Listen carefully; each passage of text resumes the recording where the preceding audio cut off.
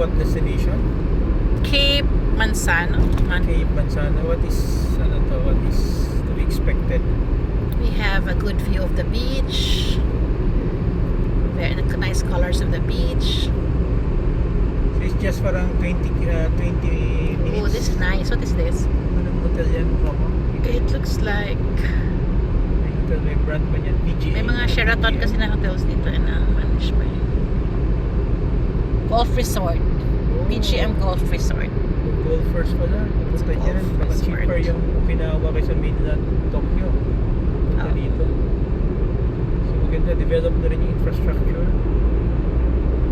Okinawa. What's your comment on their road network? It's a very big, they have service roads. Their construction is very organized. Look at that. Ang daming safety ko, no? Maraming safety protocols. Dikit-dikit to. Almost a meter yung safety. Dahil sa atin, isa lang front and back. Requirement sa kanya dapat sa DPWH Dapat na talaga. requirement. Yes. Daming accidents Meron pa siyang mga pampabigat para hindi malipad. Yeah. I like the slope control nila. Na temporary like that. Still yung gitna kasi they can remove that and put plants in between. Once stabilized na yung concrete. Ganda. Look at that. That's how it's done afterwards. So you can remove yung gitna.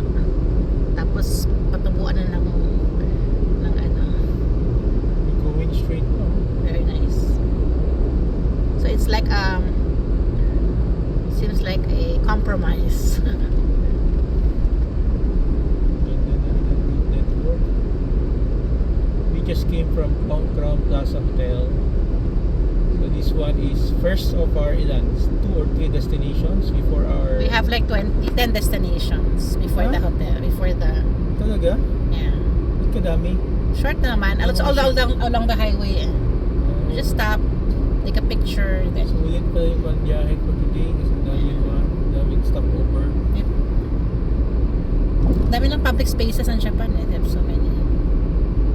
In-avoid ko na yung private spaces, just the public spaces. Ganda ng slope control nila. Ano siya ba? Yung for rain also, for the water management, water flow Dapat mag-learn yung DPWH ng ganito.